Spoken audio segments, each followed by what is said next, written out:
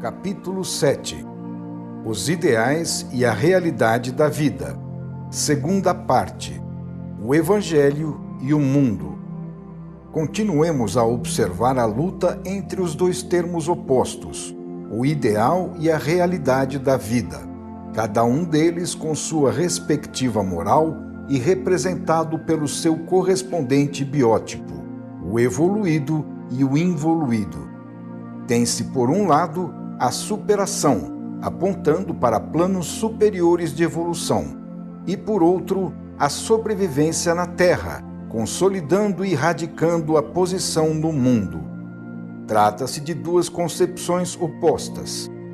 Ou se vive em função da Terra, aderindo-se ao mundo e à vida presente, ou se vive em função do céu, visando-se a vida futura situada num mais alto nível biológico. Neste último caso, tendo em vista realizações mais longínquas, descuida-se daquelas imediatas, tal como faria o homem previdente que trabalha e leva uma vida modesta no presente para poder um dia gozar de um futuro folgado. Então a existência presente não é um fim em si mesma, mas serve somente como preparação para uma vida melhor. Esta foi a concepção das religiões cristãs da Idade Média, ideia surgida sobretudo devido às duras condições de vida da época, pelas quais se acabava induzido a buscar uma fuga da selva feroz e inabitável que se tornara o mundo, procurando uma evasão e compensação para pelo menos sobreviver em algum lugar. Semelhantes conceitos, porém, somente se tornaram racionalmente aceitáveis com as teorias da evolução e da reencarnação.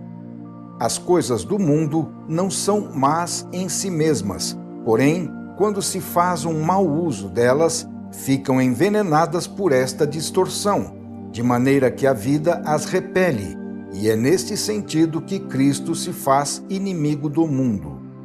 Se hoje o Instituto da Propriedade, fato justo e natural, conhecido e admitido até mesmo pelos animais, está sendo combatido, é porque se cometeu tanto abuso que a concessão da posse pode constituir um mal.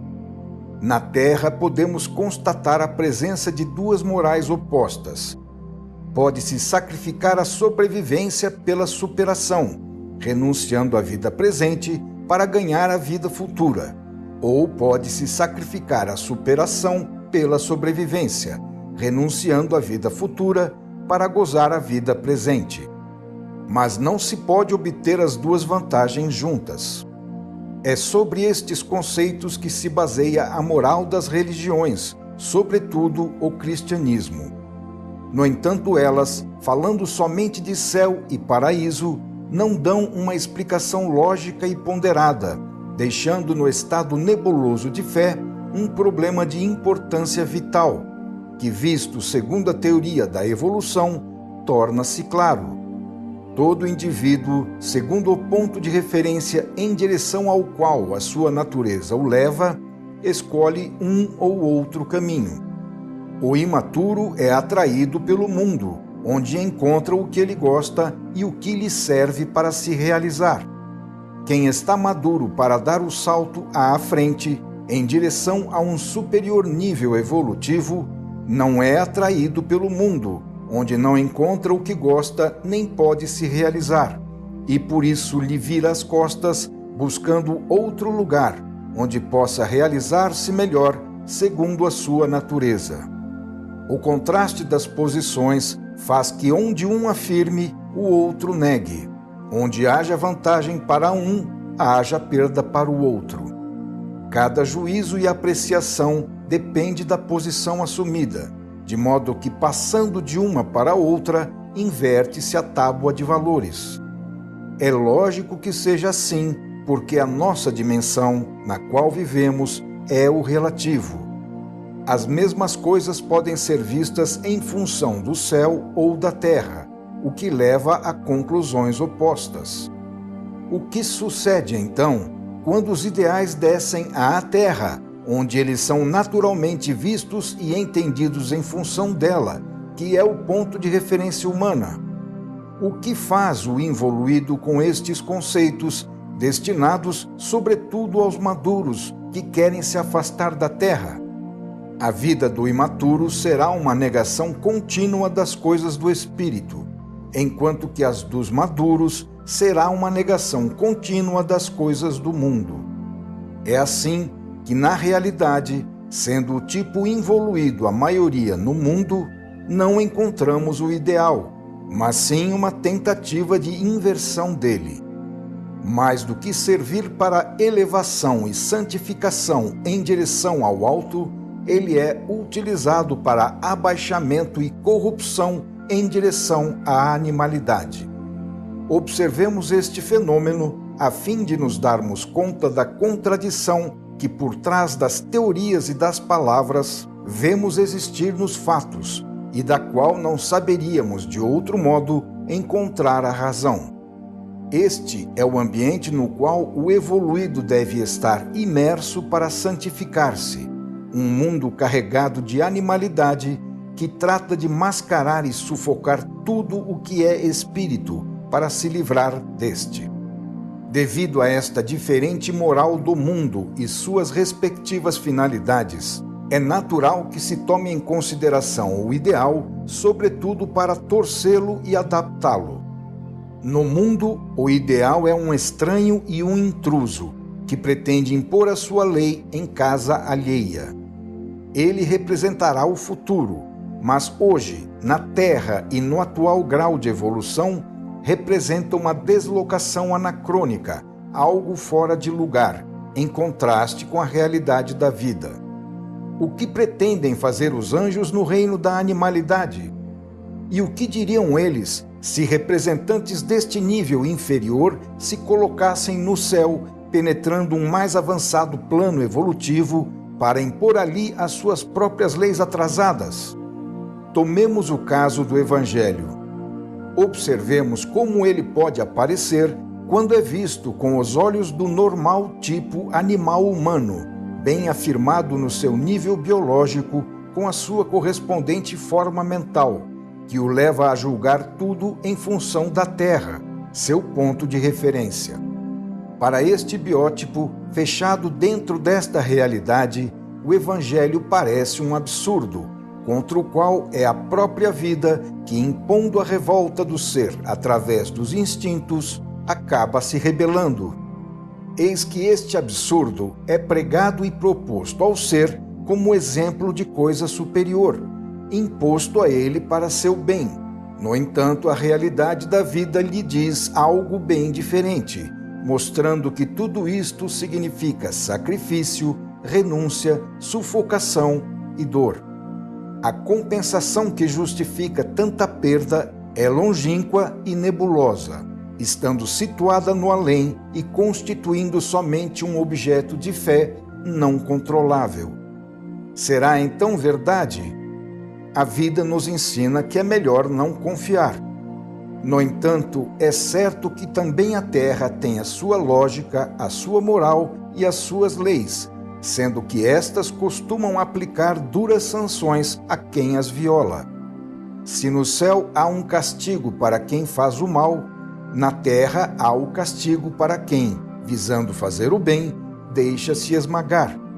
Aqui, o que importa não é a justiça, o bem ou o mal, mas sim a força e a astúcia para vencer.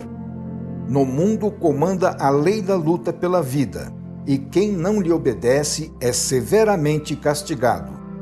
Cristo foi morto porque violou as leis da terra, tendo feito isso na casa delas, no lugar que elas dominam, onde ele desceu, vindo do seu plano, situado bem longe nos céus.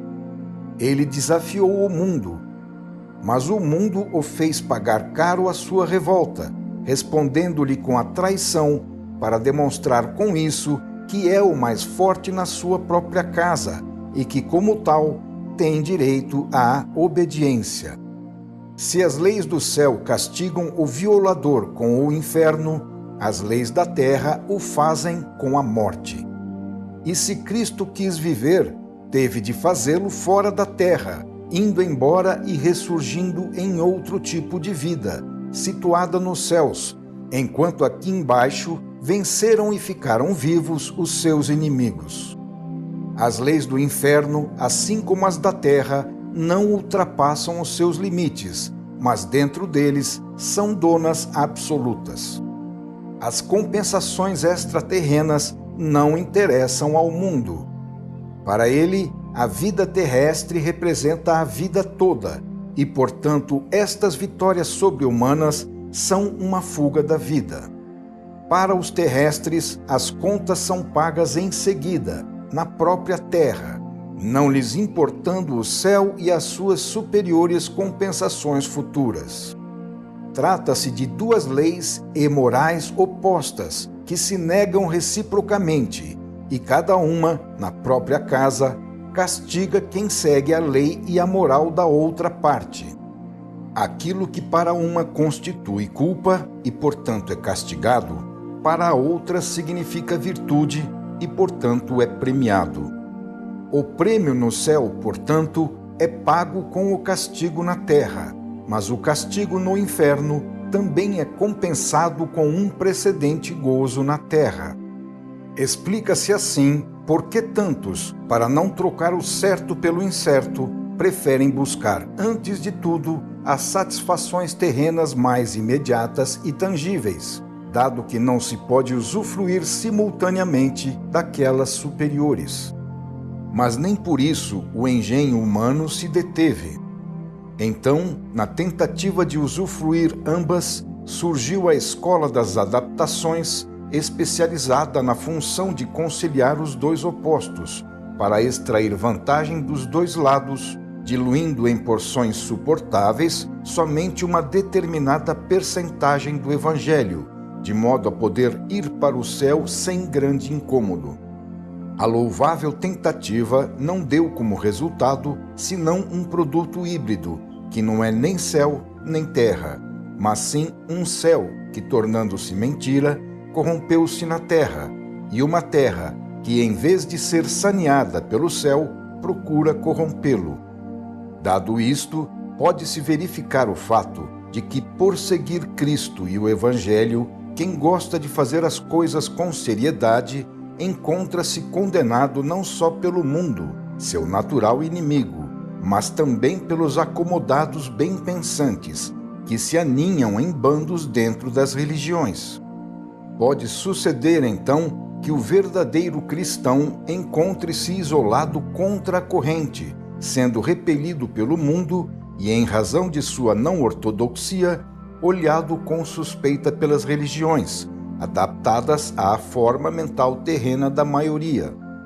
Não foi justamente esta a razão pela qual Cristo foi crucificado por uma religião que, no final das contas, representava somente interesses terrenos? Ele era inimigo do mundo e não da religião.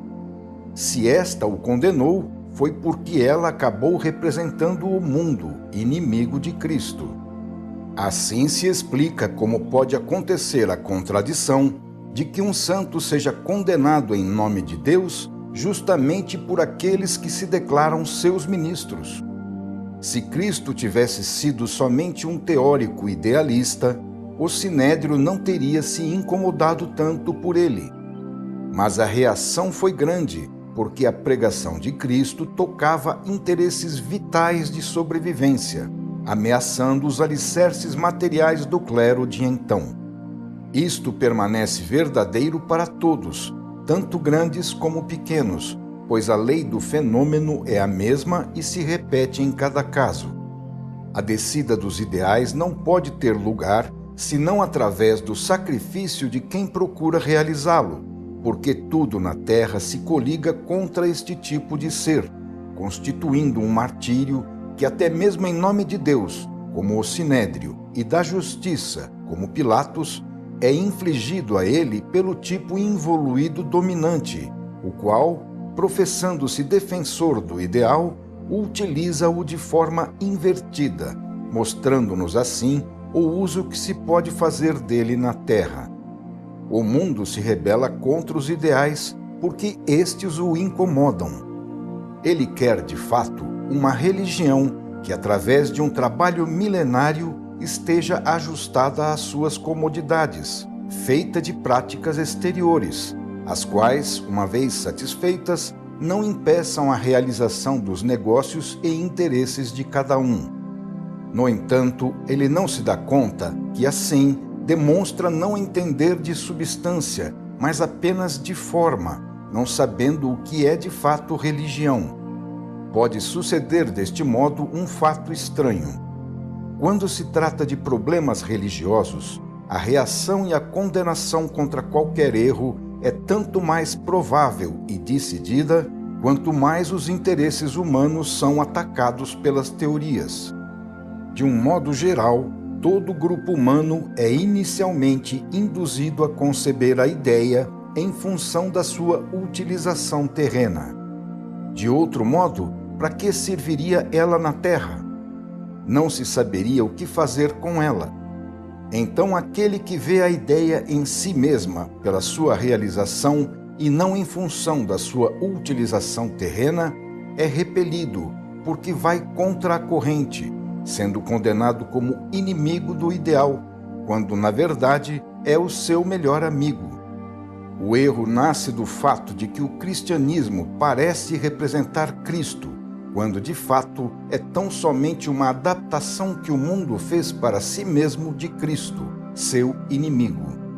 Então é amigo da religião quem está do lado do mundo, e não quem está do lado de Cristo, não podendo ser senão assim na Terra. Por lei biológica de conservação, o que mais interessa para qualquer grupo humano não é tanto o conhecimento ou a verdade, mas sim a defesa da própria posição terrena. Os altos princípios são defendidos somente quando levam à posição na qual eu comando e, portanto, tu obedeces. Isto é o que mais importa. O ideal, mais do que um fim, é um meio.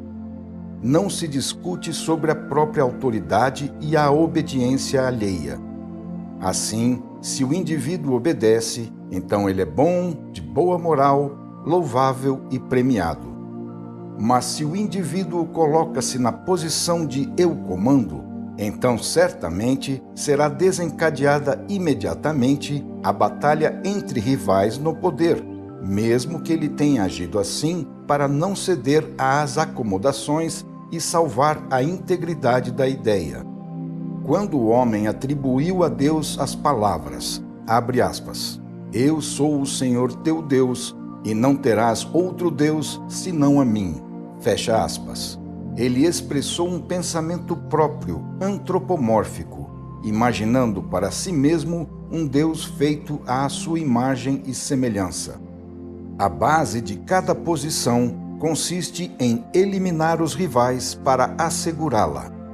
Esta é a lei do grupo e o direito do seu chefe. É ortodoxo, então, quem mesmo não crendo é praticante e trabalha a favor do grupo, ainda que a ideia não lhe interesse. Mas pode parecer herege quem se apaixona pela ideia e pesquisa a verdade visando o progresso espiritual, quem sente a febre das conquistas superiores e, sobretudo, quem, por amor à verdade e à honestidade, mostra as lacunas, buscando eliminar defeitos. Quem não apoia e não se coloca do lado do próprio grupo é julgado inimigo da verdade, que é somente aquela do grupo, sobre a qual se baseiam seus interesses. Este conceito na Terra é a base dos juízos, seja como certo ou errado, como aprovação ou condenação. A ideia da verdade e da justiça na Terra está ligada ao poder soberano que as outorga. Assim, é verdadeiro e justo o que agrada aos seus interesses. Portanto, basta tornar-se agradável e submeter-se a ele em obediência para se obter tudo dele. Se esta é a forma mental humana que se construiu ao longo da história, como impedir que esta representação antropomórfica sobreviva nas religiões? É assim que esperamos obter algo de Deus, não por um princípio de justiça e de merecimento, como quer a lei, mas sim exigindo-o de Deus como um caprichoso favor, tentando tornar nosso interesse vantajoso para Ele, subornando-o com sacrifícios e ofertas. Há uma grande diferença entre aqueles que criticam a religião com espírito agressivo para destruir e os que, desejando o melhoramento e o progresso de tudo, expõem a posição atrasada mantida por ela. No entanto, ambos os casos são confundidos e frequentemente recebem o mesmo tratamento. É o caso de Savonarola, cuja reabilitação inclusive comenta-se hoje. Na Terra, quem não apoia, deixando de participar, é julgado inimigo. Vê-se assim um ataque onde ele não existe. Mas o espírito de luta, com o qual é regido a sobrevivência do grupo armado em sua própria defesa, é tal que se é levado a reagir contra qualquer dissidência, mesmo quando ela está a favor dos princípios sobre os quais se baseia o grupo. Não há nada que irrite tanto os acomodados como denunciar as razões das suas acomodações. O interesse maior de quem utiliza o ideal para finalidades terrenas é precisamente esconder este fato, para se fazer visto como seguidor de fins espirituais. Como se pode harmonizar quem quer fazer as coisas seriamente com quem se limita somente às aparências? Na verdade, o primeiro tipo aparece ao segundo como um grande perturbador que urge eliminar. Ele incomoda mais do que os ateus materialistas, que são mais fáceis de combater, porque se colocam na posição de inimigos, enquanto aquele fala em defesa dos mesmos princípios, convidando a observá-los. É assim que o melhor amigo do ideal é tratado como seu inimigo. Não foi este o caso de Cristo? Cuidado, portanto, ao se lamentar da falta de religiosidade das religiões. Quem é verdadeiramente religioso acaba sendo condenado por irreligiosidade. Mas, por outro lado, o que fazer se a forma mental humana não sabe conceber as coisas senão em função da sua utilização terrena, mesmo quando se referem a Deus? Na prática, o que mais agrada ao grupo, pois serve para sua defesa, é o espírito sectário, origem da intransigência contra os outros grupos.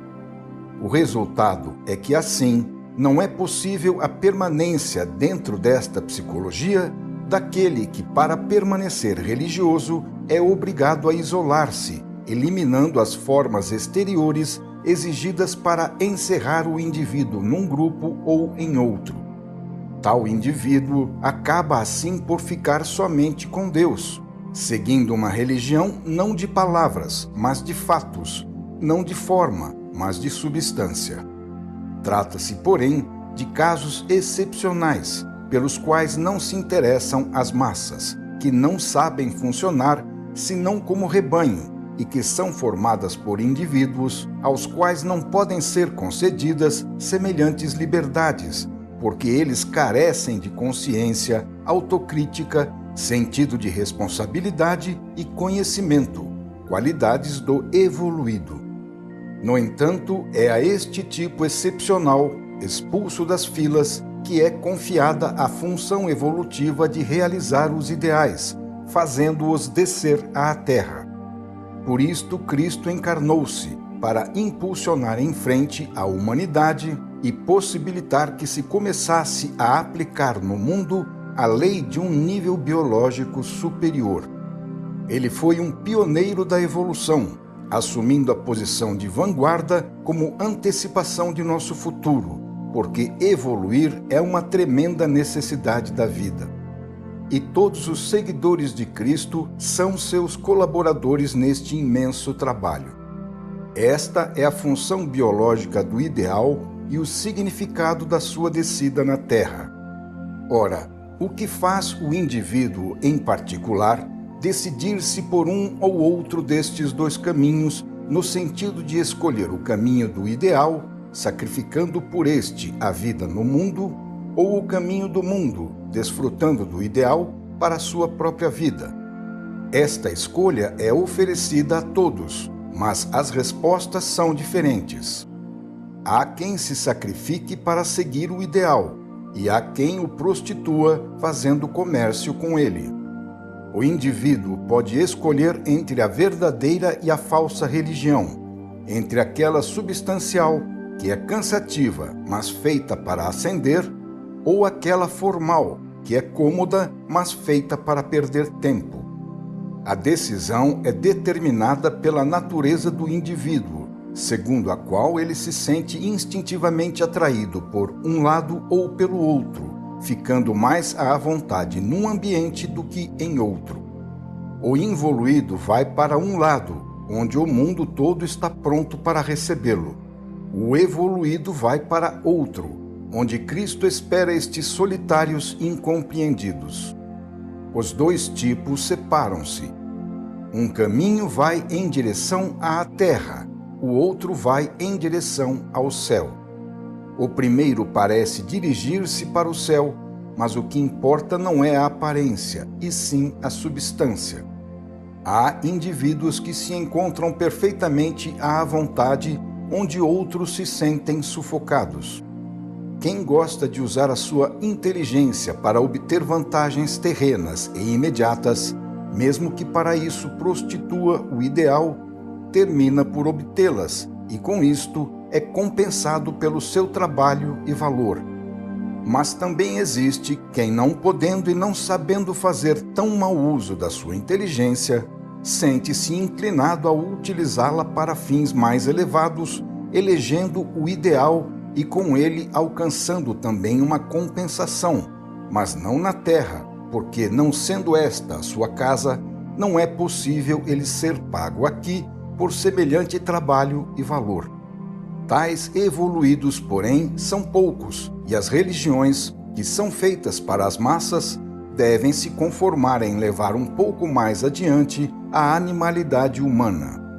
Trata-se de um trabalho elementar e pesado, este de disciplinar e educar o animal para transformá-lo em homem. O evoluído, então, não pode deixar de avançar sozinho. Mesmo mostrando plena obediência, permanece independente em substância, como é o espírito.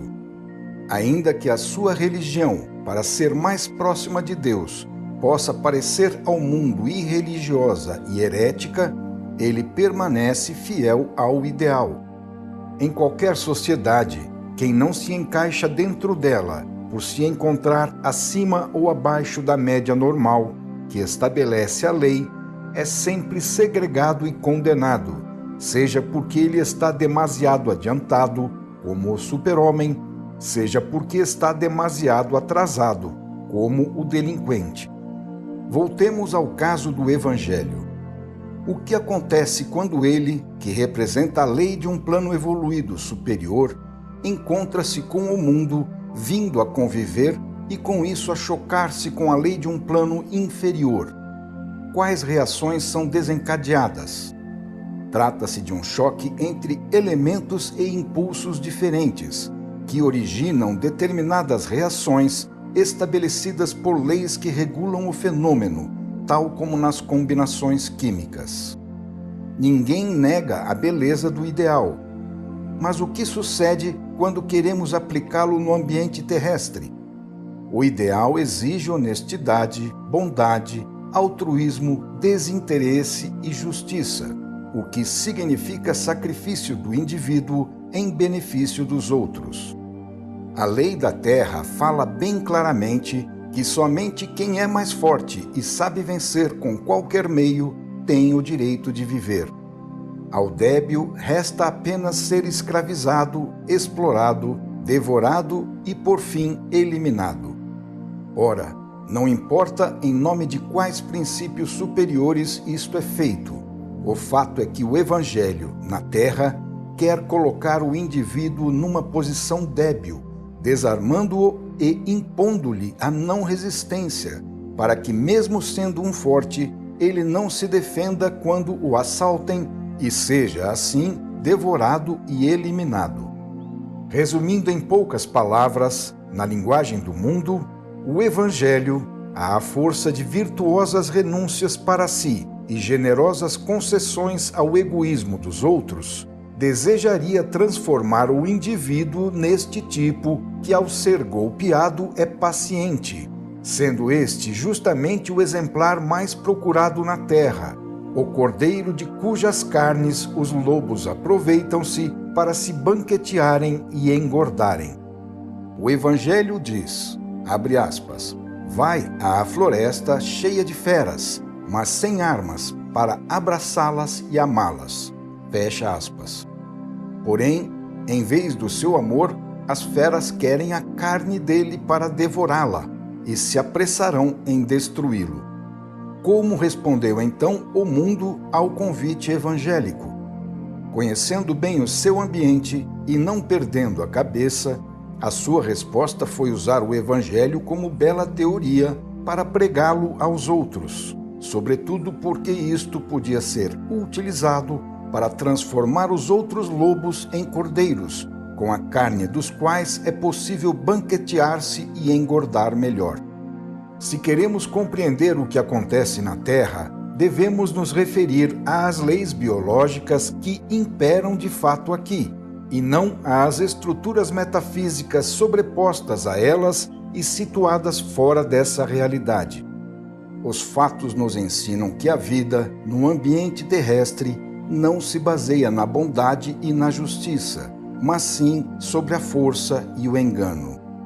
Qualquer vantagem que se queira obter é extraída com estes meios, pois de outra forma ninguém a concede. É sobre estas bases que de fato se apoiam as relações com o próximo. Abre aspas. Devora a teu próximo, se não queres que o teu próximo te devore. Fecha aspas.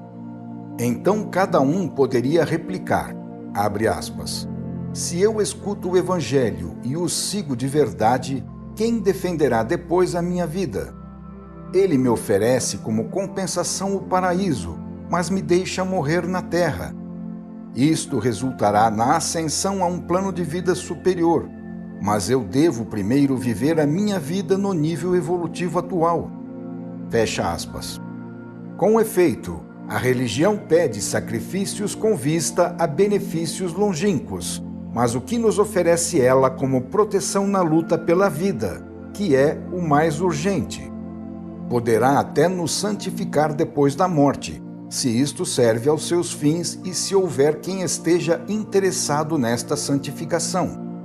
Mas além de absolutamente nada disto nos ajudar na vida, também não é possível, depois de morto, acrescentar ou tirar qualquer coisa ao que se é de fato perante Deus. O Evangelho diz, abre aspas, não sejas egoísta, pensa nos outros antes que em ti mesmo, fecha aspas. Mas pode-se responder, abre aspas, os outros pensam em si mesmo e não em mim, fecha aspas. Então tudo se resolve numa expoliação. O dano é imediato e tangível, sendo que a recompensa é longínqua e misteriosa. Por que então não deve o indivíduo, dadas as leis da vida que vimos anteriormente, rebelar-se contra tal proposta, que pode parecer um atentado à sua vida? Como pode o seu instinto utilitário, anteposto pela natureza para a sua conservação, aceitar uma mudança tão incerta e arriscada? Primeiro viver e só depois evoluir. Não se deixar ser morto para poder evoluir. A vida, em função dos seus fins, é prudente e econômica, não admitindo, portanto, tais desperdícios de seus valores. O instinto de conservação nos foi dado por Deus para continuarmos vivendo.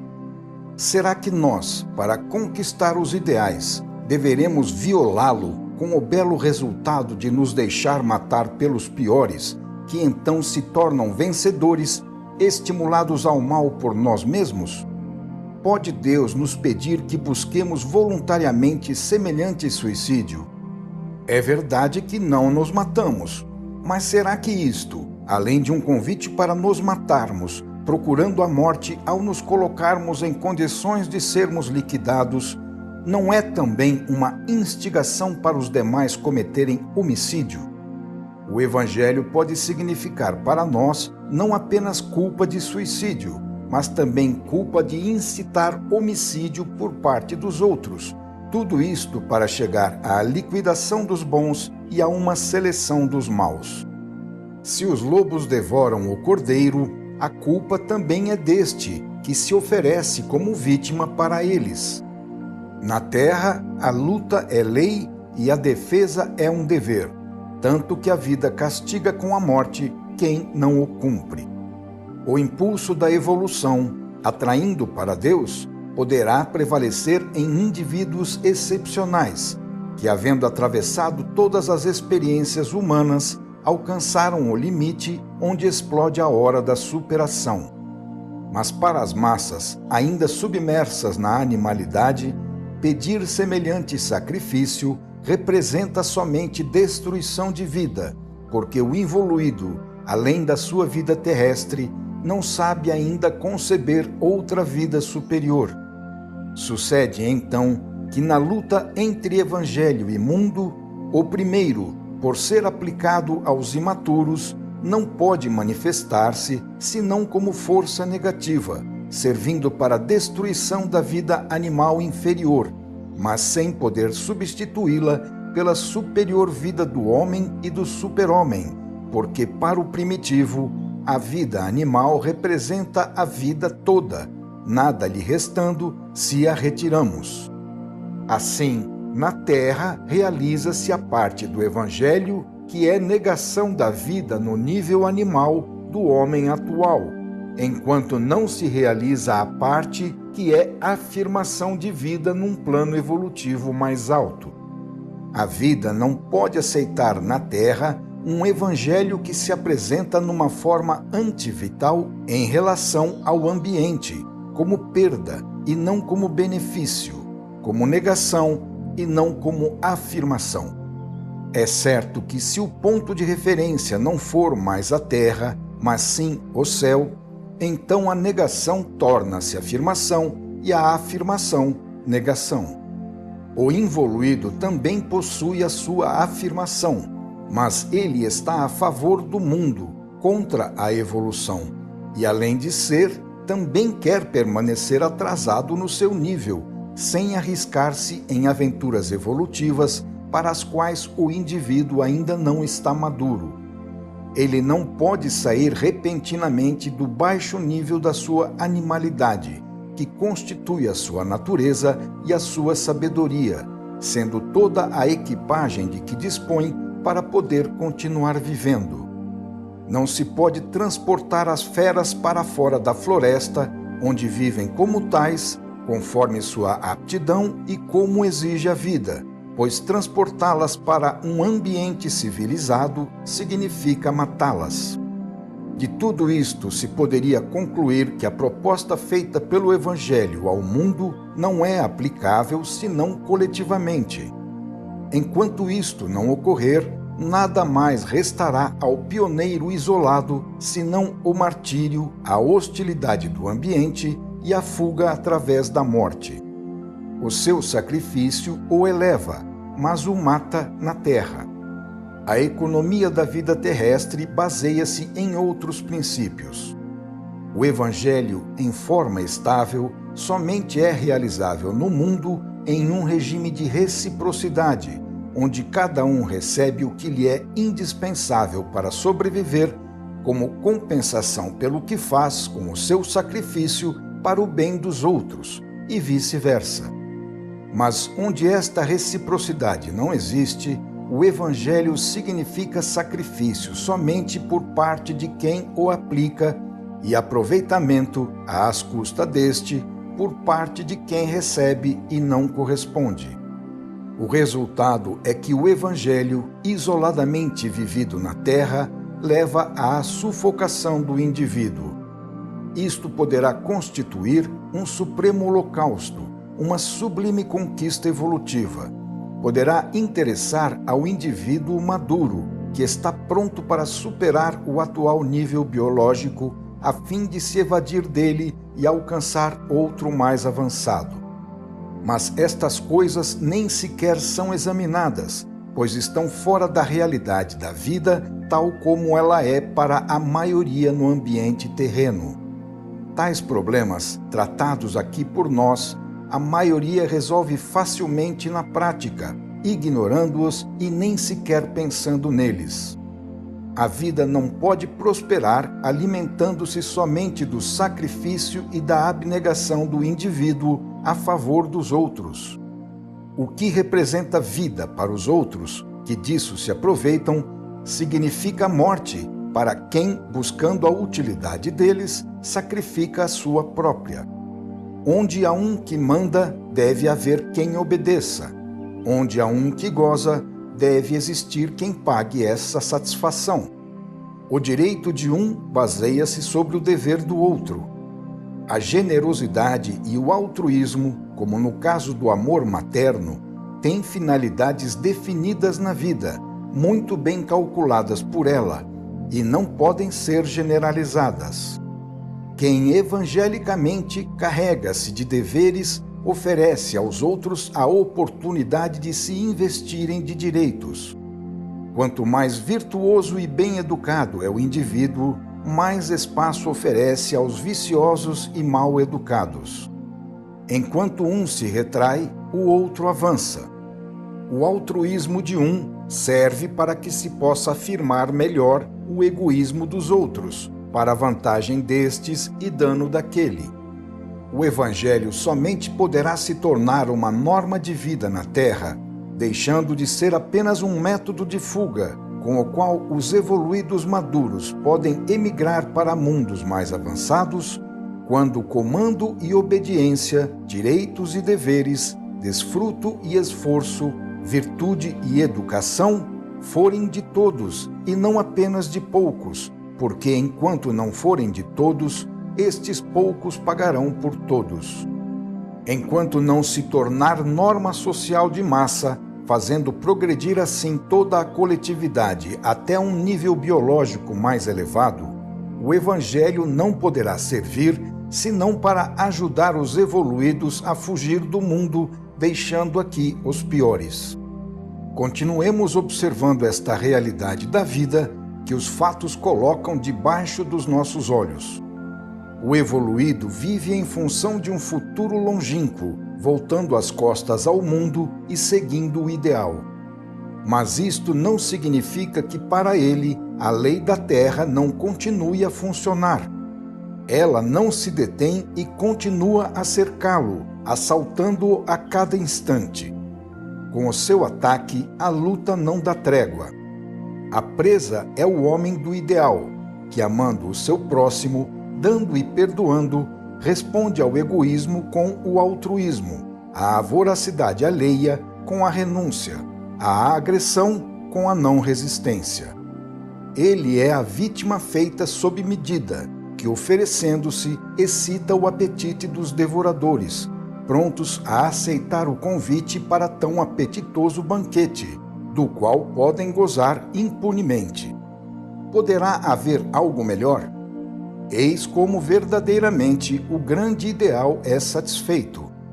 Podemos nos perguntar então, para que serve esta atitude de deixar-se devorar gratuitamente?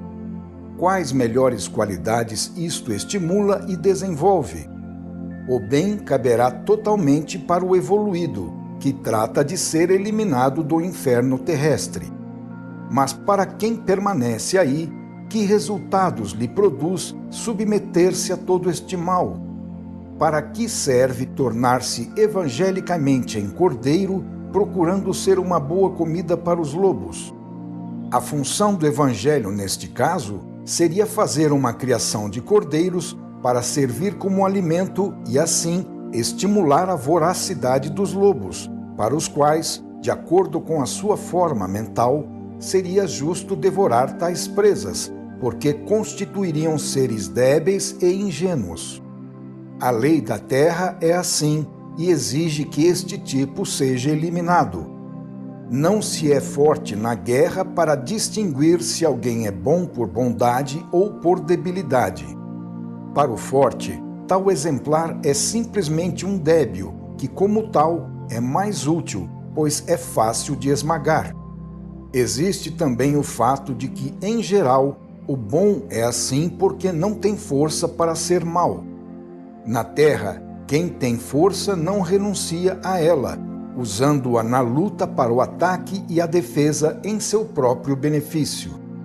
Se o indivíduo não a usa, isto significa que ele não a possui e que, portanto, não tem valor, razão pela qual é legítimo fazer-se dele o que bem se quiser, pois isto pode ser feito impunemente. A impunidade, manifestada na ausência de uma sanção punitiva, confere qualquer direito na terra. Eis então que, quando um indivíduo se deixa desarmar pelos seus princípios ideais, ele fica sem defesa, estando exposto a todo tipo de assalto, que não cessarão enquanto não acabarem com ele. Segundo a lei biológica do plano evolutivo animal humano, não há qualquer razão pela qual não se deva aproveitar da bondade do homem evangélico, inclusive para lhe tirar a vida. Eis para que serve o Evangelho na terra. Mas que moral extraem os involuídos vencedores de semelhante experiência evangélica? O resultado os confirma no mal, porque são encorajados pelo feliz êxito do seu empreendimento. Assim, os bons tornam-se melhores e os maus piores, acentuando-se a separação entre eles. Enquanto sobe ao céu mais um santo, a terra se enche cada vez mais de demônios. Seria isso culpa do Evangelho? Mas como impedir o homem, que é livre, de fazer o bem ou o mal conforme a sua vontade? É assim que os melhores vão-se embora, enquanto os piores são lançados de volta para o seu inferno terrestre. A lição que nascerá desta experiência evangélica será diferente para cada um. Para o bom, restará o terror de uma vida reduzida a calvário, da qual é felicidade libertar-se. Para o malvado, que se aproveitou dele, o resultado será seu aperfeiçoamento na arte de explorar o próximo, porquanto a experiência vivida lhe confirmou a utilidade desta sabedoria, dada pelo prêmio conferido a ele pela vida, com as vantagens que esta lhe permitiu conquistar através de semelhante método. Com isto, o mal é confirmado e estimulado pelo êxito, enquanto deveria ter sido eliminado em seguida por meio de uma dor imediata, infligida ao agressor e não à vítima. É assim que temos uma moral emborcada, pela qual é premiado quem pratica o mal e castigado quem faz o bem. Deste modo, as leis da vida, tal como se apresentam no plano humano, tendem, com semelhante experiência, a ensinar o bom a não repetir mais tal aventura, incentivando-o, pelo contrário, a fortificar-se na luta. Por outro lado, as mesmas leis premiam os prepotentes com o êxito e os estimulam, assim, a caçar cada vez mais, a fim de explorá-los e eliminá-los, aqueles bons evangélicos, formados pelas religiões. Quanto mais cordeiros encontra, tanto mais o lobo engorda. É incrível não existir mais do que o medo da prisão para deter o ladrão. É surpreendente quão pouca consciência existe dos direitos e deveres inerentes à propriedade. Mas o que fazer quando ela mesma pode representar a legalização de uma posição alcançável por qualquer meio? E é precisamente este meio qualquer que se procura para depois, formalmente, legitimar para si o produto. Pode acontecer também que o homem honesto levante a voz para fazer o Evangelho ser aplicado não só por ele, mas também pelos outros, ao menos em relação ao que eles pregam e professam. Surge então a turba dos bem-pensantes acomodados, santos por fora, mas astutos por dentro. Eles constituem os grandes defensores dos ideais, porém apenas para que os outros o pratiquem, estando sempre prontos a se erguerem e condenarem tão logo se mencione fazer as coisas a sério. Mas trata-se de outro tipo de evangélico, que sabe viver bem na terra, porque sob o evangelho esconde habilmente as armas para a luta, como é necessário no mundo, apresentando-se como suave e humilde de coração. Desta forma, é possível ser evangélico sem alterar a substância da vida, feita de posições armadas e defendidas. O evangelho pode, então, permanecer comodamente na terra, mas sendo deste modo utilizado em posição invertida. Assim, não sendo negado, ele se enxerta no mundo, misturando-se com a lei da luta desse plano, mas cumprindo a função de não deixá-la transparecer, de modo a tornar mais fácil dirigi-la à custa dos ingênuos, que são desta maneira mais facilmente enganados. Também não se pode dizer que os astutos, por causa da forma mental própria do plano biológico humano, não usem com plena sinceridade este jogo em benefício próprio. Assim está moldada a sua consciência e assim ela lhes indica que hajam, sendo esta orientação confirmada e experimentalmente comprovada pelos bons resultados obtidos com tal método. Por outro lado, a lei da luta pela vida significa regime de guerra, e na guerra tudo é lícito. Essa é a moral do animal humano, assim como o ato de agarrar para comer faz parte da moral da fera, que não pode ser considerada malvada por isso. Mas por que, nos planos evolutivos mais baixos, a vida não deveria usar a mentira, quando ela é útil para a finalidade maior, que é a sobrevivência? Tudo isto se torna imoral somente num nível biológico mais avançado, sendo percebido no plano humano apenas pelos poucos que estão emergindo dele. Quem não está maduro ainda para tal sensibilidade moral, embora tenha aprendido a demonstrá-la com palavras, considera tais conceitos, por íntima convicção, uma perigosa utopia, um sonho de quem vive fora da realidade. Eis para que pode servir e como pode ser utilizado o Evangelho na Terra, com armas ocultas sob uma aparência fraternal para levar adiante a própria luta, já que esta é a maior ocupação para sobreviver, à qual é necessário dedicar-se.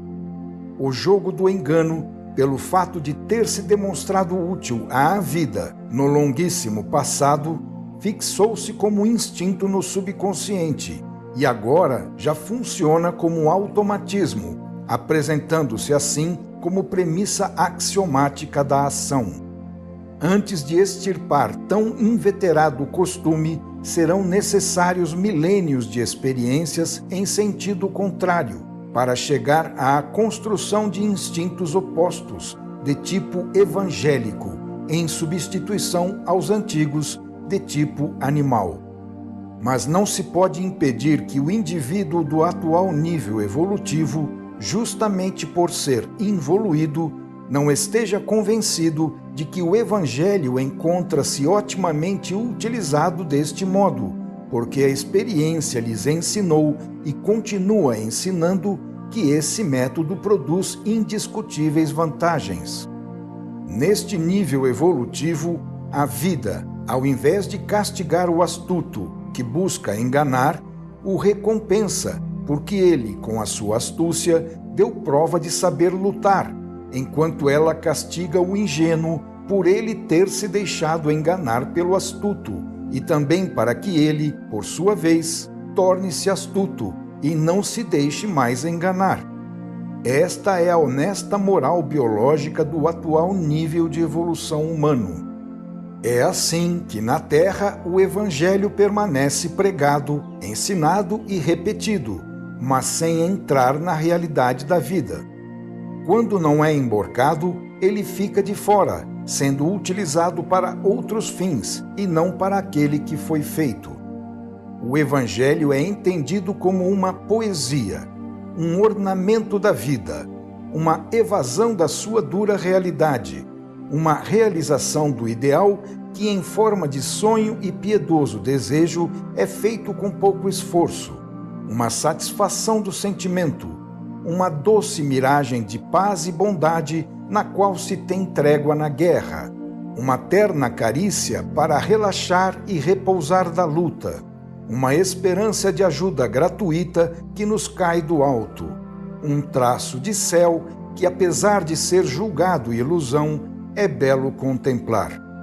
A vida gosta de construir estas superestruturas, estes seus embelezamentos, como as asas multicoloridas das borboletas e o canto dos pássaros, que, no entanto, encontram a morte tão logo cometam erros na luta de cada instante para sobreviver.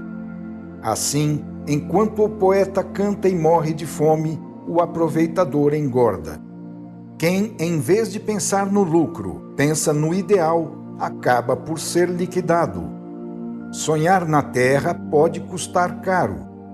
Assim funciona a vida, e para isto está feito o cérebro humano. É isto que o seu ambiente exige, e estas são as aptidões que o homem teve de conquistar no seu passado. Se ele chegou até hoje, é porque aprendeu tudo isto que o ideal combate. E se continua sobrevivendo, é porque, para a sua conservação, não está disposto a esquecer o que aprendeu. É a própria vida, na sua sabedoria, que procura não deixá-lo esquecer. Na prática, todo o espaço vital à disposição do ser está ocupado por esta realidade, restando para o ideal somente suas sobras, abandonadas pela vida. É certo que as coisas são bem diferentes quando, pelo contrário, olha-se para o céu. Mais adiante, iremos observá-las deste oposto ponto de vista. Quisemos expor aqui, sobretudo, a forma de conceber própria do involuído. Observando a sua conduta, temos motivos para crer que ele, sendo feito antes de tudo para viver na terra e segundo as leis desta, pense deste modo quando se encontra perante o ideal descido do céu até aqui. A vida, portanto, está construída de tal maneira que a vivemos em função ou do presente ou do futuro, ou da terra ou do céu, como involuído ou como evoluído. Ao se ganhar de um lado, não se pode evitar perder do outro. Quem se interessa principalmente pelas coisas do mundo, trabalha sobretudo para se instalar bem na terra, porém se desinteressa da outra vida e, no momento da morte, encontra-se no vazio. Quem, pelo contrário, interessa-se primeiramente pela vida espiritual, trabalha para se superar, a fim de alcançar uma posição melhor em um nível mais evoluído, e apesar de se encontrar mal na vida, pois pesa sobre ele o trabalho duplo de lutar e evoluir, acha-se bem no momento da morte, quando se trata de entrar em um novo mundo para o qual ele se preparou. O triunfo do involuído está na vida, o triunfo do evoluído está na morte. São duas semeaduras e duas colheitas diferentes. Tudo está balanceado. Cada um opera como crê e como melhor sabe fazer, segundo o que ele é. Tudo já está estabelecido nas leis da vida. Ao homem resta a liberdade de se mover de uma atitude à outra. Isto não é válido apenas para o problema ético ou religioso, mas também para todo problema biológico universal. É dentro dessa perspectiva, e não com base em alguma determinada religião, que sentimos e enquadramos o Evangelho, porque só nesta forma ele vale para todos e pode, de um modo positivo, ser tomado em consideração como lei biológica, que será realizada pelo homem através da evolução, quando ele souber alcançar um plano de vida mais evoluído. Pode-se concluir assim que o Evangelho realiza na Terra uma função biológica positiva, representando uma lei, porque ele existe para criar um tipo de vida superior, adequado ao biótipo mais evoluído do futuro, não importando sua religião, raça ou mesmo que ele seja ateu ou materialista. Portanto, o Evangelho significa um avanço, constituindo atualmente um programa que, em forma de ideal, ainda não se realizou na Terra, mas que, por lei de evolução, deverá fatalmente se concretizar amanhã, pois ele é uma necessidade da vida e não apenas o produto de uma religião qualquer. Final da segunda parte do capítulo 7.